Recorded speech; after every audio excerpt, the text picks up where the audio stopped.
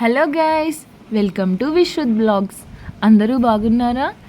మన లాస్ట్ వీడియోలో తలంబ్రాల బియ్యం ఒడి బియ్యం అయితే కలుపుకున్నాం కదా, వాటిని తీసుకొని ఇలా ఊరేగింపుగా గుడి వరకు అయితే వెళ్తాము. ఇలా అందరూ కలిసి మంగళహారతులు, ఒడి బియ్యము, తలంబ్రాల బియ్యం, ఇంకా మొక్కుకున్న వాళ్ళు పుస్తెమట్టలు తీసుకొని గుడి దగ్గరికి అయితే వెళ్తారు. ఇక్కడైతే మనం చూస్తున్నాం కదా, వెంకటేశ్వర స్వామి ఉన్నాడు. అలాగే ఇక్కడ ధ్వజస్తంభం అయితే కనిపిస్తుంది కదా, ఈ ధ్వజస్తంభానికి గరుత్మంతుని చిత్రపటం అయితే గీస్తారు. ధ్వజస్తంభం కింద ఉన్న గరుత్మంతుని విగ్రహానికి అభిషేకం చేస్తారు. అలాగే గరుత్మంతుని చిత్రపటానికి అలంకరణ చేసి ఆరాధన చేస్తారు. దాని తర్వాత గరుత్మంతునికి నైవేద్యం అయితే సమర్పిస్తారు. దీనినే గరుత్మంతుని నైవేద్యం అంటారు. ఈ నైవేద్యాన్ని సంతానం లేని వారికి ఇస్తే పిల్లలు పుడతారని నమ్మకం. సంతానం లేని వారికి ఈ గరుడ ప్రసాదం తీసుకుంటే పిల్లలు పుట్టారని, అలాగే పెళ్ళి కాని వారికి కూడా ఈ గరుడ ప్రసాదం తీసుకుంటే పెళ్ళి అవుతుందని నమ్ముతారు.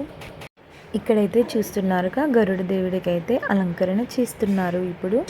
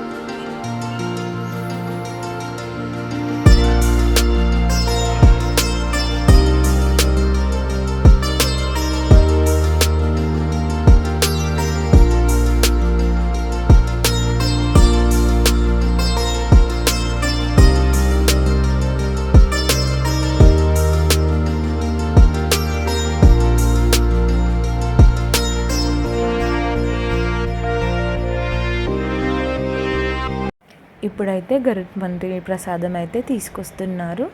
గరుత్మంతుని అలంకరణ అయ్యాక ముందుగా అయితే గరుత్మంతునికి మంగళహారతి ఇస్తారు.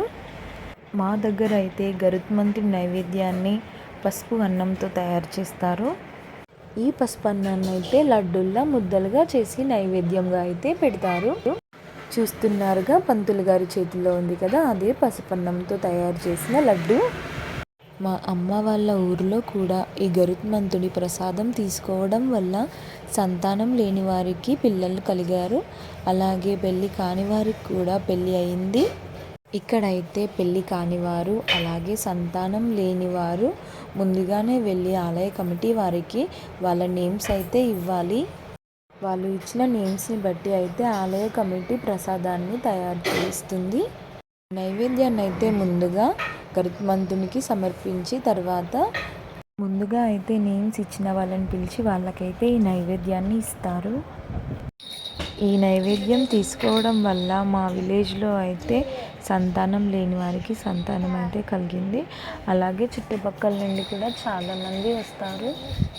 ఇక్కడైతే 5 రోజులు ఉత్సవాలు జరుగుతాయి. ఫస్ట్ డే ఇలా కళ్యాణం చేసి గరుత్మంతుని పూజ చేసి ఈ లడ్డూలు అయితే నైవేద్యంగా ఇస్తారు.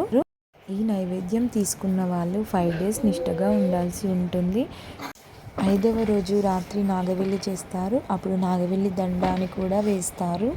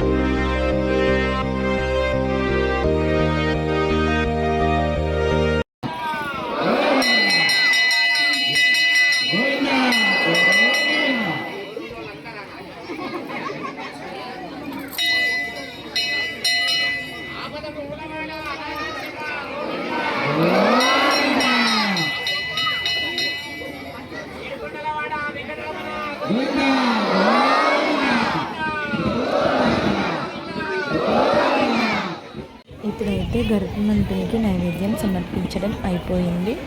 ఇప్పుడు ఎవరైతే నేమ్స్ ఇచ్చారో వాళ్ళని పిలిచి ఈ గరుడ ప్రసాదాన్ని వాళ్ళకి ఇవ్వడం జరుగుతుంది. ఇక్కడైతే ఒక్కొక్కరిగా వాళ్ళ నేమ్స్ పిలిచి వాళ్ళకైతే గరుడ ప్రసాదాన్ని ఇస్తున్నారు. అలా గరుడ ప్రసాదాన్ని వాళ్ళకి ఇచ్చిన తర్వాత వాటితో పాటు ఇంకా కొన్ని గరుడ ప్రసాద లడ్డూలు అయితే చేసి పక్కన పెడతారు. వాటిని పంతులు గారు అయితే గాలిలో ఎగిరేస్తారు. అలా వేసినప్పుడు ఎవరికైతే దొరుకుతుందో వాళ్ళు చాలా అదృష్టంగా ఫీల్ అవుతారు. చూస్తున్నారుగా, ఇక్కడ పంతులు గారు అయితే గరుడ ప్రసాదాన్ని గాలిలోకి వేస్తున్నారు. ఇక్కడైతే మా అక్కకి ఆ ప్రసాదం దొరికింది. చూడండి లడ్డు ఎలా ఉందో. ప్రతి సంవత్సరం అయితే ఎవరికి దొరికినా దొరకకపోయినా మా అక్కకైతే ఈ గరుడ ప్రసాదం దొరుకుతుంది. చూడండి తన ఫేస్లో హ్యాపీనెస్. పిల్లలు కూడా చాలా హ్యాపీగా ఫీల్ అవుతున్నారు. నాకైతే ఒక 2-3 టైమ్స్ దొరికింది అనుకుంటా అంతే. తన ఫేస్లో ఆ హ్యాపీనెస్ చూస్తేనే మీకు అర్థమవుతుంది అనుకుంటా దాని వాల్యూ ఏంటి అని. Thanks for watching.